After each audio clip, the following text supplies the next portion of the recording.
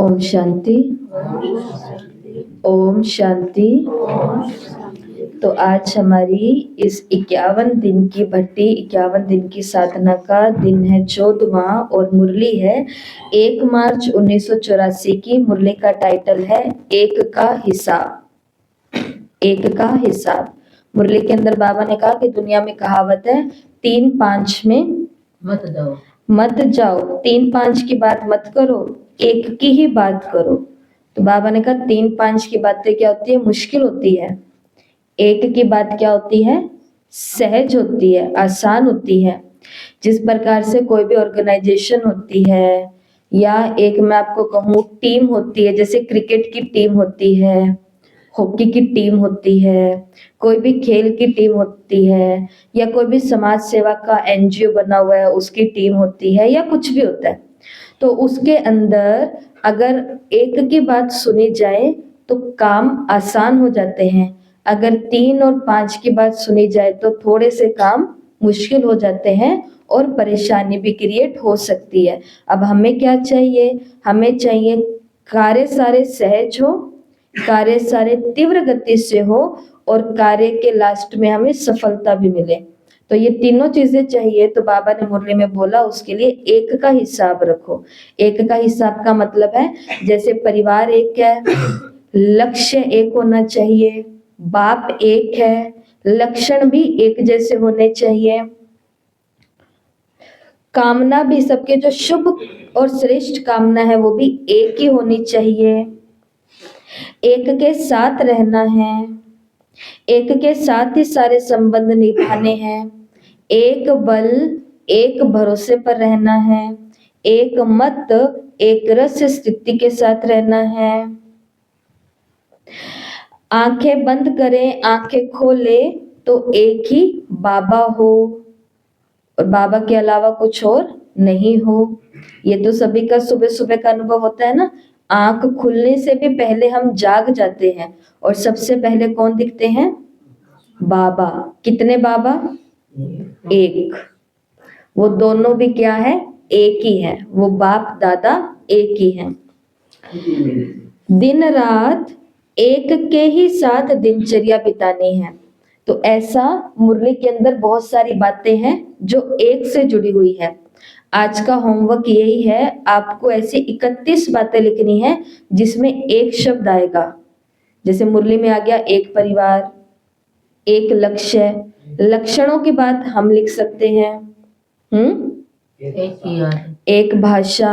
मुरली में डबल विदेशी बच्चों से बाबा मिल रहे हैं तो बाबा ने उन बच्चों को बोला कि थोड़ी थोड़ी हिंदी भी सीखो, क्योंकि हिंदी के संस्कार अभी होंगे तो सत्युग में ये संस्कार काम आएंगे। तो भाषा एक जैसी, चाल चलन एक जैसा, व्यवस्था एक जैसी, यूनिफॉर्म एक जैसी, एक ही धर्म धारणाएं। कल एक बहन से बात हो रही थी तो वो बहुत अच्छा बोल रहे थे कि दीदी आज मैं बिजी रहती हूँ, काम है, ये है वो है, लेकिन मैं एक बात को काम के अंदर यूज करती हूँ अपने हर दिनचर्या के कार्य में। बस मैं एक बात याद रखती हूँ। उन्होंने मेरी बात मुझे याद दिलाई जो हमने बाबा की बात कभी बताई थी, खुद ही भूल गए बता करके। और उन्होंने कहा कि कर्म करो लेकिन हर कर्म धर्म के अनुसार होना चाहिए। धर्म और कर्म का क्या रखना है? गृहस्थ में रहते हुए बैलेंस रखना है। धर्म भी हो और धर्म के अनुसार ही क्या हो? सारे के सारे कर्म हो। तो धर्म तो वैसे दुनिया में किसको समझ लेते हैं? धर्म ध्यान, जैसे आप ओम शांति के हो, वो इसके हैं वो उसके हैं। फिर उनको कल मैं यही बता रही थी कि धर्म के अंदर भी धर्म किसको बोलते हैं? धारणाओं को बोलते हैं कि जो भी काम हो, वो कहते हैं कि टू मच धर्म भी नहीं होना चाहिए और टू मच कर्म भी नहीं होना चाहिए, कि ऐसा नहीं कि टू मच इधर ही रहो और ऐसा नहीं कि टू मच उधर ही रहो। तो उनको बोला कि नहीं, जहां पर भी रहे वहां का हर कर्म कैसा होना चाहिए? धारणाएं। और धारणाएं हमें किससे मिली है? एक बाप से। और सभी सेवा केंद्रों पर धारणाएं भी कैसी है? एक जैसी है। तो यहाँ पर ऐसे 21 बातें लिखनी है, जैसे एक के साथ ही खाना, एक के साथ ही चलना, एक तुम्ही से खेलूं, एक से पढ़ना, एक से ही निभाऊं, एक से ही पढ़ना। ऐसे आप जितनी बातें, 21 तो वैसे कम है, 31 तो कम है, लेकिन आप बहुत सारी बातें यहाँ पर निकाल सकते हैं कि एक का मंत्र लिखना है यहाँ पे। करूं, एक को ही देखूं। हाँ, एक से ही बातें करो, एक से देखो।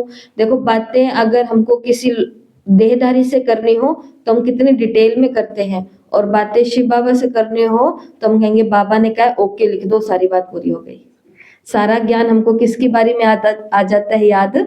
जहां पर त्याग होता है ना, वहां पे हमें ज्ञान याद आ जाता है कि बाबा ने बस कहा है अगर बच्चे तुम ठीक हो, ज्यादा कुछ नहीं कह सकते, ओके कह दो। और वही बात हम सामने वाले को बताते हैं तो कैसे बताते हैं? जैसे हम भी अनुभव करते हैं तो कैसे बताते हैं?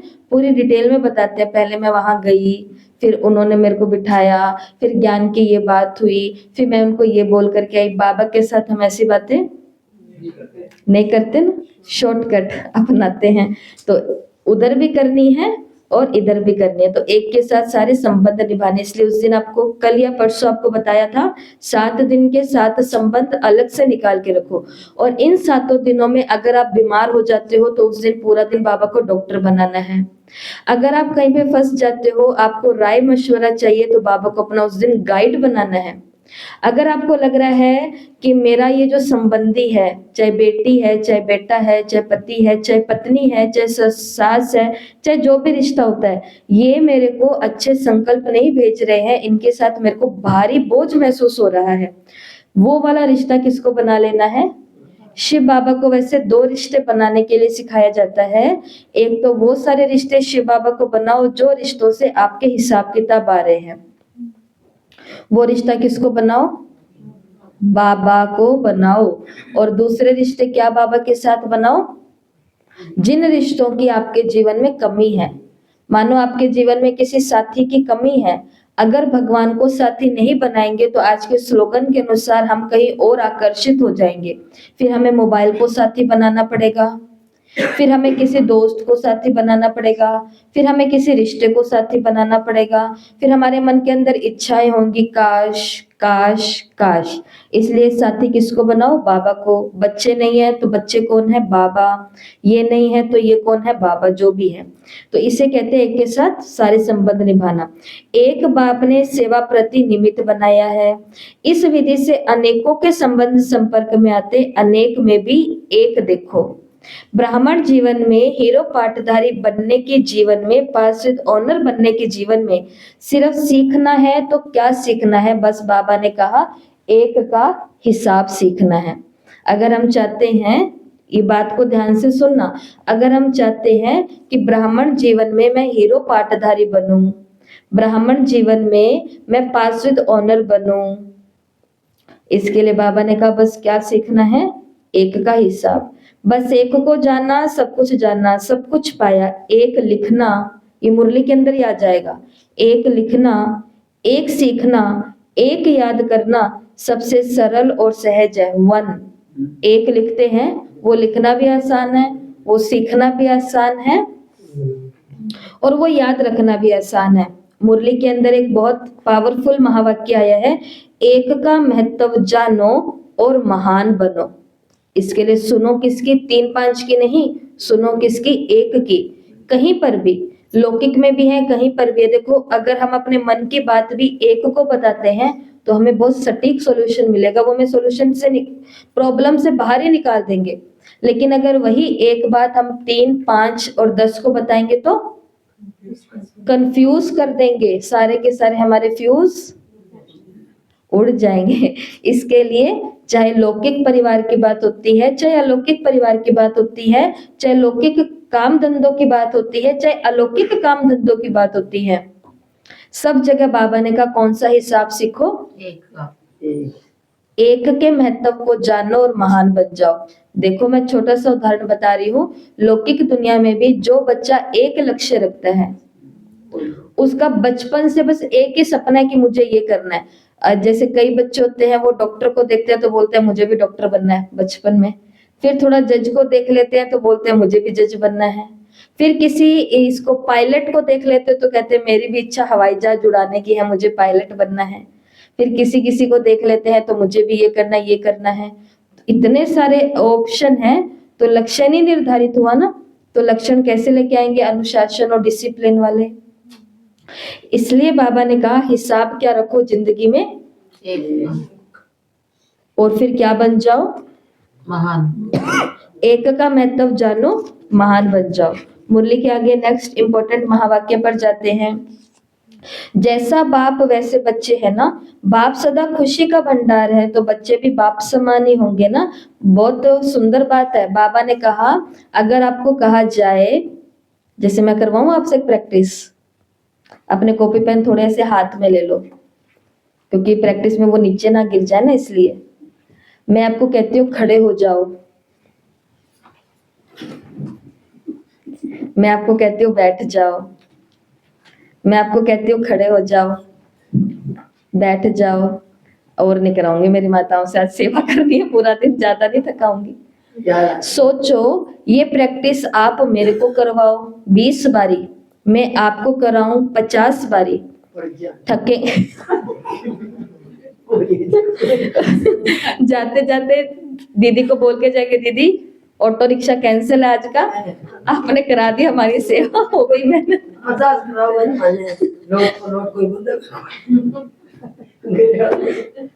समझो आज आपको पूरा दिन, आज नहीं, ये मुरली आपको हमेशा याद रहेगी। क्यों?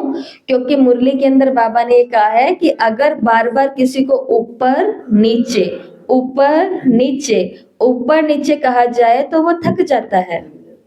बाबा ने कहा ऐसे आप भी अपनी स्थिति कभी ऊपर करते हो, कभी नीचे, कभी ऊपर कभी नीचे, तो ज्ञान में चलते चलते हम भी थक जाते हैं।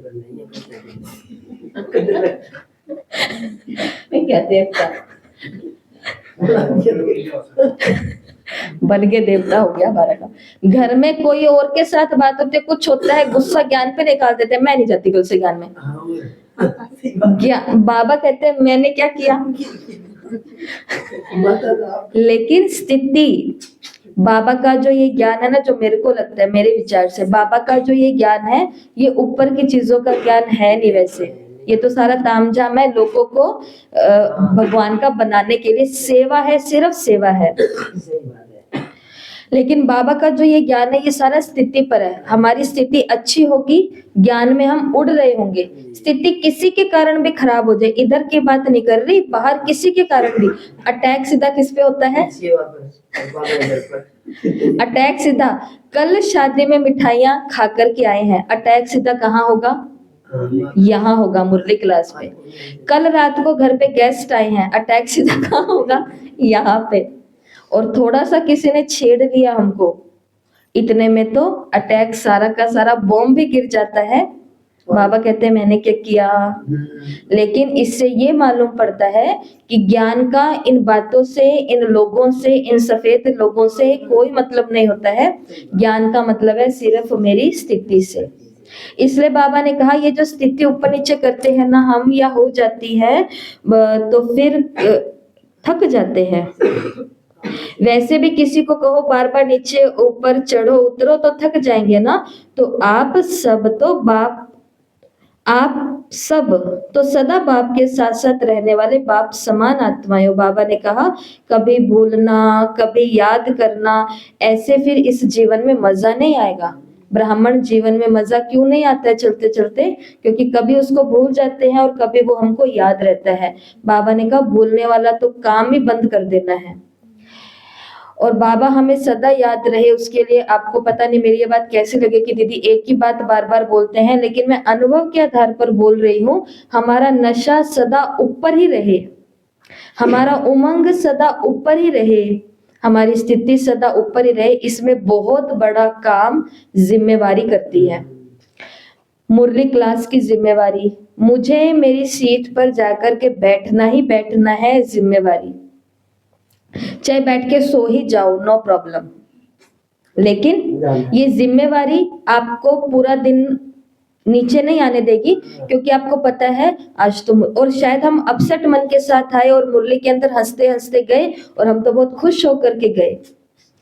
सेवा की जिम्मेवारी, योग करने और कराने की जिम्मेवारी, कुछ भी ऐसी चीजें होती है ना, एक ही पॉइंट है कि जो जिम्मेवारियां होती है ये हमें कभी भूलने देती ही नहीं है। कैसे भूलेंगे हम? एक माँ को अपने घर की जिम्मेवारी होती है, वो कभी कहती है अरे मैं तो भूल ही गई, मुझे मेरे घर जाना था। उसके पैर अपने आप पे कहाँ चले जाएंगे? क्योंकि वो इंतजार कर रहे हैं। अब जो ये माताएं 3 दिन के लिए जाएंगी सेवा में, प्रदर्शनी की सेवा में, अब ये पहले करके भी जाएंगी, पीछे व्यवस्था भी छोड़ के जाएंगी, आके फिर से लग जाएंगी। क्यों? क्योंकि इधर की भी क्या है, जिम्मेवारी है, और ये नई जिम्मेवारी मैं उठाऊंगी। तो अगर जिस आत्मा को यहाँ पर जो भी सुनने वाले लोग हैं, जिनको चाहिए कि भाई इस ब्राह्मण जीवन में मजे मजे होने चाहिए, मजे, ऊपर नीचे वाली स्थिति नहीं चाहिए, तो उसके लिए रखना पड़ेगा बाबा को याद। और बाबा को याद रखना कोई मासी का घर नहीं है, क्योंकि हमें पवित्रता के सागर को याद रखना है। तो पवित्रता के सागर को याद रखने के लिए हमें अपने आप को पवित्र बंधनों में बांधना ही पड़ेगा। तो ये मुरली की पहली पॉइंट कौन सी हो गई? एक का हिसाब रखो, एक के महत्व को जानो, महान बन जाओगे। अब इस पॉइंट को जिंदगी में हर जगह यूज करके देखना। एक जगह आपने देखा होगा ना, कई लोग एक ही काम धंधे के अंदर लगे रहते हैं, पहले बहुत डाउनफॉल होता है, लेकिन एक ही काम में लगे रहते हैं, करते करते करते करते करते उनको कितनी सारी उसके साथ वो दुकानें और ये चीजें बना लेते हैं, क्योंकि एक के महत्व में। दूसरी मुरली का पॉइंट है, ये याद रखना, दीदी ने 2 बार ऊपर नीचे कराया था। तो ऊपर नीचे करेंगे तो ज्ञान में थक जाएंगे। ज्ञान में अगर सदा आनंद और मजा चाहिए, तो उसके लिए बाबा को कभी याद करो, कभी भूल जाओ, ऐसा नहीं करना। सदा किसके साथ रहना है? बाबा के साथ रखना है। मुरली की तीसरी विशेष पॉइंट है, संतुष्ट मणि बाबा किसको कहते हैं? जो स्वयं से संतुष्ट है, जो सेवा से संतुष्ट है, और जो सर्व से संतुष्ट है। मेरे को सेवा, कई कहते हैं मेरे को तो छोटी सेवा दे दी, कई कहते हैं मेरे को तो अरे बहुत ही बड़ी सेवा दे दी। सेवा कभी भी छोटी और बड़ी नहीं होती। जिस प्रकार से एक माता पिता का स्नेह है, वो कम और ज्यादा नहीं होता है, बस वो स्नेह होता है। इसी प्रकार से सेवा कभी आगे पीछे की और छोटी बड़ी नहीं होती, हर एक चीज की जरूरत है। अभी क्या हम सुन रहे थे, पता नहीं कहाँ की मशीन या कुछ ऐसी बात हो रही थी, इंडिया या देश के अंदर कहीं पर, उसके अंदर सिर्फ इतना सा एक नट ही प्रॉब्लम की थी, और उससे पूरा का पूरा वो जो बड़ा सारा संसाधन या साधन है, वो सारा का सारा ठप हुआ पड़ा था। हमारा सहयोग शायद इतना सा है, किसी को दिख भी नहीं रहे हम किसी कोने में, लेकिन हमारे उसी सेवा के सपोर्ट से शायद वो पूरी की पूरी सेवा टिकी हुई है। ऐसा हो सकता है ना? ऐसा हो सकता है। तो अपनी अपनी सेवाओं से संतुष्ट रहो, अपने आप से, अर्थात मेरा जो पुरुषार्थ चल रहा है बहुत अच्छा चल रहा है भाई। सुबह योग भी करती हूँ, 2 बारी मुरली भी सुनती हूँ, टेस्ट भी दे रही हूँ, और जो मेरे को बाबा के घर से सेवाएं मिलती है मैं वो भी कर रही हूँ, तो मैं तो अपने आप से संतुष्ट हूँ। और तीसरा किससे संतुष्ट रहना है? अपने परिवार से, इस बीके परिवार से। तो ऐसी जो आत्माएं जो इन तीनों में संतुष्ट रहती है, बाबा ने कहा वो बाप दादा उन्हें क्या कहता है? सदा संतुष्ट मणिया, सदा संतुष्ट मणिया। मुरली की अगली पॉइंट में बाबा ने पूछा, सभी अपने आप से भी देखना कि बाबा मुझसे पूछ रहे हैं। बाबा ने कहा इस क्लास में ये मुरली है 1 मार्च 1984 की, तो बाबा ये ओम शांति भवन में पूछ रहे हैं, लेकिन अभी आज क्या तारीख है? 21 फरवरी 2026 को सुबह राइट 8 बजे हम ये महसूस करेंगे कि बाबा इसी क्लास में आकर के इन क्लास वालों से, हम क्लास वालों से पूछ रहे हैं। ठीक है? तो बाबा पूछ रहे हैं इस क्लास में आप में से सबसे नॉलेजफुल ज्ञानी तु आत्मा कौन है? सभी जो वहां बैठे हैं उन्होंने कहा सभी। आपने क्या कहा? आपने भी सभी कहा। बाबा ने मुरली के अंदर कहा जैसा लक्ष्य होता है ना, वैसा नंबर आ जाता है। ये मुरली की चौथी पॉइंट पर हम आ रहे हैं। नंबर 1 लक्ष्य है तो वो लक्षण भी आते रहेंगे। अगर मुझे लगता है कि इस क्लास में मैं ज्ञानी तो आत्मा हूं, मैं सबसे ज्यादा नॉलेजफुल आत्मा हूं, तो बाबा ने कहा ये आपके प्रचार करने से लोगों को नहीं पता चलेगा, ये आपके डंका बजाने से भी लोगों को नहीं पता चलेगा। ये कैसे पता चलेगा? आपका जो लक्ष्य है और उस आधार पर जो आप सबको अपने लक्षण दिखा रहे हो, उससे हर आत्मा की अंतरात्मा बोलेगी कि हमारी क्लास में सबसे ज्यादा ज्ञानी तो आत्मा यही है। कभी कभी होता है ना ऐसा, अंदर से हमारा मन कह देता है। तो ऐसी आत्मा की लिस्ट में अब हमें भी आना है। अभी देखो बाबा ने क्या बोला, एक एक रतन बाप के आगे सदा ही महान है। तो बाबा को हम बच्चे कैसे दिखते हैं, एक डायमंड की तरह।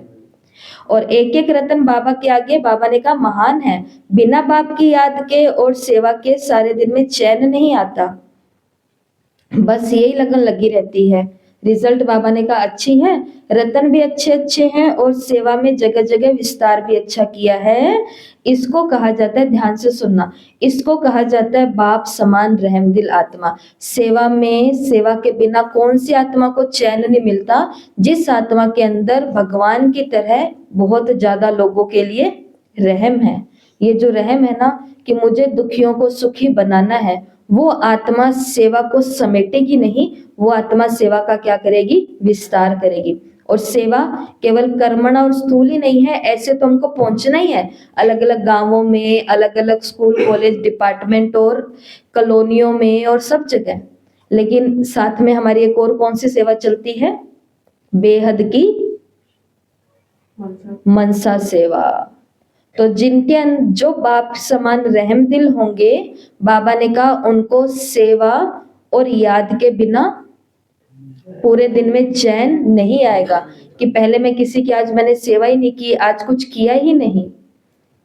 तो मुरली की चौथी पॉइंट क्या है, लक्ष्य नंबर 1 होगा तो लक्षण भी नंबर 1 आते जाएंगे। बाबा की नजर में तो एक एक बच्चा डायमंड है, रतन है, लेकिन फिर भी बाबा भी उसको नंबर 1 में रखेंगे जिनको याद और सेवा के बगैर चैन नहीं आता, जो सेवा का विस्तार करते हैं और जो बाबा की तरह रहम दिल होते हैं। ठीक है, तो अपने अंदर क्या जगाना है, औरों के प्रति ये मत सोचो सेवा पर जाना मतलब मेरा टाइम निकालना, सेवा करना मतलब मेरे टाइम को मैनेज करना। आपके 2 घंटे के टाइम से शायद 20 आत्माओं का भला हो जाए। तो अंदर में अपना नहीं सोचना, अंदर में किनका सोचना है कि कौन सी वहां देवकुल की आत्माएं अपने इष्ट देवी के दर्शन के लिए आएगी। ऐसे तो अभी योग कराओ तो सब ऐसे देवता बन जाते हैं हम, और जब देवता बनने का टाइम आता है तो गायब। नहीं, फिर भी देवता बन करके हमको पहुंचना है कि थैंक्स बाबा, थैंक्स हमारे बाबा का घर, थैंक्स हमारे निमित्त जिन्होंने हमें ये चांस दिया कि मैं प्रैक्टिकल में दर्शनीय मूर्त भी बनने जा रही हूँ। तो शुक्राना तो होना चाहिए ना। तो अंदर में अपने क्या रखना है, रहम दिल। अच्छा, मुरली के अगले पॉइंट पर आते हैं।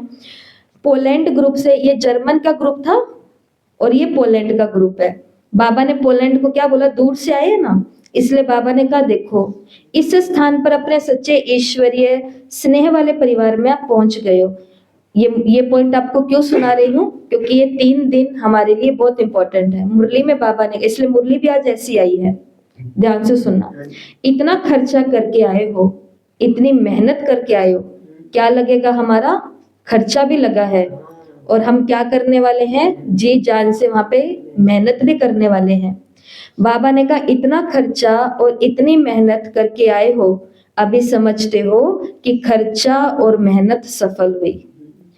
खर्चा करना बड़ी बात नहीं है, मेहनत करना भी बड़ी बात नहीं है, बड़ी बात क्या है, सफलता। कि भाई इतना खर्चा करने के बाद और इतनी मेहनत करने के बाद हमें सफलता मिली या नहीं मिली, मजा तो सारा किस में आता है, इसी में ही आता है जब हमें सफलता मिल जाती है। तो इसके लिए हमें भी क्या लानी है, सफलता। बाबा ने कहा अभी फिर जाकर के वहां पर राज्यों का केंद्र अच्छी तरह से आगे आगे बढ़ाना। और मुरली की लास्ट पॉइंट पर आते हैं। माउंट आबू और हमारा मधुबन घर क्या है, एक महान तीर्थ है, एक बहुत बड़ा सारा तीर्थ भूमि है। बाबा ने कहा जब तीर्थ पे आते हैं तो क्या करते हैं, स्नान करते हैं और कोई ना कोई दान करते हैं। तो बाबा ने कहा आप भी मधुबन महान तीर्थ में पहुंचे हो तो ज्ञान का स्नान करो और दान किसका करो, कमजोरी का। और आज की मुरली में पता है बाबा ने क्या दान करने के लिए बोला है, बाबा ने कहा जिस कमजोरी से आप परेशान हो उसका क्या कर दो, दान कर दो। तीर्थ पर कुछ तो छोड़ना होता है ना, क्या छोड़ेंगे, जिस बात में आप परेशान होते हो बस वही छोड़ना है, परेशानी को छोड़ना है। परेशानी क्या क्या है हमारी, अभी कोई रिसेंट परेशानी चल रही है? रिसेंट को क्या बोलते हैं? ताजी ताजी कोई परेशानी चल रही है ना? चल रही है कि नहीं चल रही? अब हाँ और ना कुछ तो करो।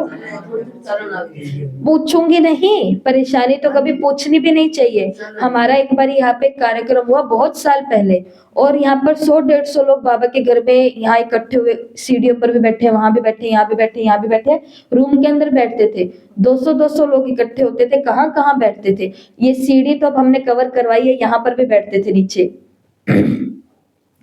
उनके अंदर किसी आत्मा ने ये बात पूछ ली कि आप अपनी कोई परेशानी बताओ, परेशानी बताओ। उस आत्मा ने सभी लोगों के बीच में अपने घर की बहुत बड़ी परेशानी बताई। परेशानी जैसे बताई, सब लोगों के एक साथ ही कौन से संकल्प चल गए, क्योंकि बैठी हुई आत्माएं महान योगी आत्माएं तो नहीं है ना कि ये करेंगे अब इनके ऊपर दया। कोई नहीं करता है किसी के ऊपर भी दया। उन्होंने परेशानी जिसने पूछी उसने भी नेगेटिव भाव से पूछी कि ताकि इनकी कमजोरी पता चले, कोई परेशानी पता चले, उसके ऊपर फोकस करके हम इनसे अपना काम निकलवाएं या जो भी करें। बताने वाली ने ये नहीं सोचा कि मैं किसके आगे बता रही हूँ, क्या ये समर्पित बुद्धि आत्मा है, क्या ये योगी आत्मा है, क्या ये अपनी सभी परेशानियों से छुटी हुई आत्मा है, ये क्या है आत्मा, कहाँ पर बता रही हूँ, ये 200 लोगों के बीच में बता रही हूँ। कुछ भी नहीं सोचा। पूछने वाले ने भी पूछा, बताने वाले ने भी भावुक होकर के रोते रोते बता दिया।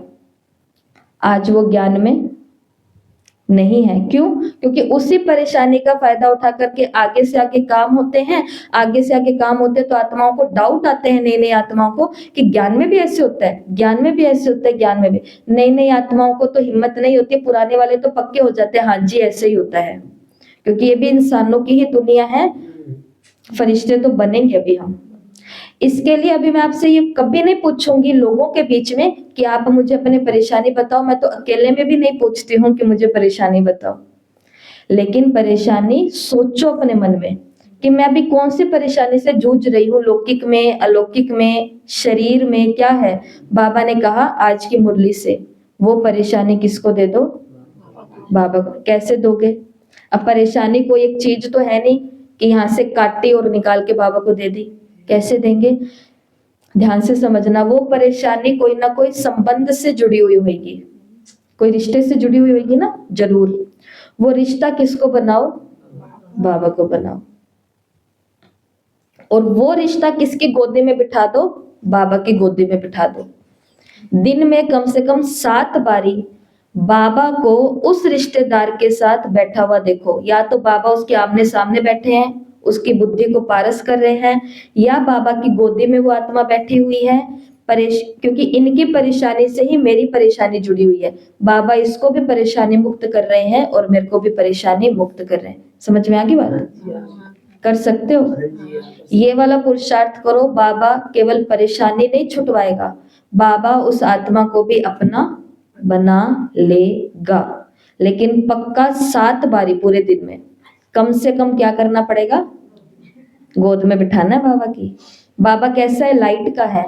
वो आत्मा भी क्या हो गई है? लाइट की छोटा फरिश्ता बन गई है और बाबा की गोदी में। वैसे सीन को देखते रहो 1-2 मिनट के लिए अपने बाबा के कमरे में जाके, बाबा की फोटो में जाके। तो यहाँ पे मुरली को हम भी होता है, कोई रिश्ता बाबा से भी अच्छा लगे, बार बार याद आए तो उसको भी बाबा की गोद में। हाँ, आकर्षण है। ये मेरे को भुला रहे आप, और मेरे को भी निहाल आप ही करोगे, इसको भी निहाल आप करोगे, दोनों ही करो। ये कुछ कुछ छोटे छोटे प्रैक्टिस होते हैं, जो आपको बोला ना कि छोटी सी सेवा एक बहुत बड़ी सेवा का आधारशिला होती है। उसी प्रकार छोटा सा अभ्यास हमारे पूरे दिन की बहुत बड़ी सारी ज्ञान की स्थिति का आधारशिला होती है। तो मुरली के 5-7 पॉइंट हमने सोच लिए ना। एक तो एक का महत्व जानो और महान बनो। तो आज से अपनी जिंदगी का नया रूल बनाना है कि मुझे जो भी काम करना एक के आधार पर करना है। जगदीश भाई जी ने दिल्ली के अंदर एक बहन को ये अनुभव आपको सुनाया हुआ है। एक बहन को किताब लिखने के लिए कहा कि मुझे 15 दिन के अंदर आप ये लिख करके सारे के सारे दे देना, क्योंकि इसकी पत्रिका या जो भी लिटरेचर वहां पे देना है, जहाँ पे प्रकाशित होती है, प्रिंटिंग प्रेस होती है, तो वहां पर ये देना है।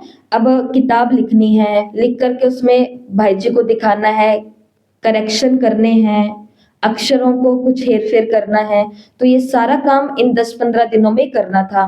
तो उस बहन ने आगे से बोला ठीक है भाई जी मैं कर दूंगी। इन्हीं दिनों के दौरान 10-15 दिन के बाद जो भी टाइम निश्चित था, तो भाई जी ने उस बहन को बोला कि बहन काम हो गया तो वो मुझे दो, तो मैं वहां पर जाकर के उसको छपवा लूं और देख लूं एक बारी। उन्होंने आगे से बोला कि नहीं भाई जी काम तो नहीं हुआ।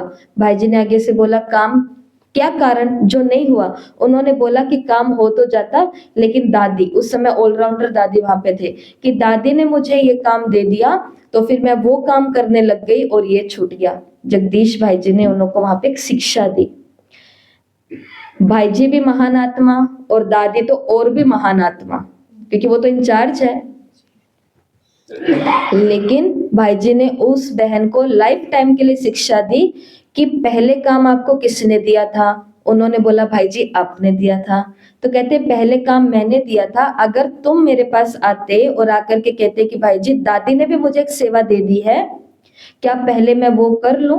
तो मेरी बुद्धि के अंदर ये क्लैरिटी रहती कि आप पहले वो करोगे और बाद में ये काम होगा, तो मैं एकदम निरसंकल्प, इसके लिए हमें सामने वाले के संकल्प नहीं चलाने हैं। ये शिक्षा उनको मिली कि पहले जिसने काम दिया आप उसका काम करो, और आपको लगता है इससे भी जरूरी काम किसी और ने दे दिया, तो पहले वाले काम वाले से आप पूछो कि मैं उनका काम कर दूं पहले।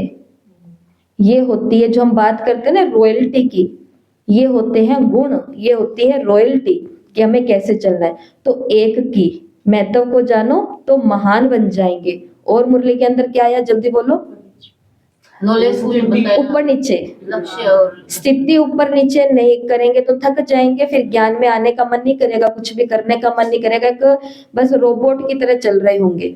नहीं, तो हमें क्या करना है? बाबा को अपना साथी बना करके साथ रखना है, और लक्ष्य अच्छा रखेंगे तो लक्षण भी नंबर 1 के आएंगे। वैसे तो बाबा सबको रतन बोलता है, लेकिन बाबा उन बच्चों को देखता है जो बच्चे सेवा और याद के बिना जिनको चैन नहीं आता है, ये वो नंबर 1 आत्माएं बन जाती हैं। ब्राह्मण जीवन में 5वीं डोनर बन जाती है ऐसी आत्माएं। और मुरली के अंदर बाबा ने क्या कहा? मेहनत की, इतना खर्चा किया, क्या सफलता मिली? बाबा ने कहा खर्चा भी करना है और मेहनत भी करनी है, लेकिन दोनों करने के बाद अगर सफलता नहीं मिली तो खर्चा भी खराब, मेहनत भी खराब। इसके लिए सफलता भी मिलनी चाहिए, और वो मिलेगी स्थितियों से।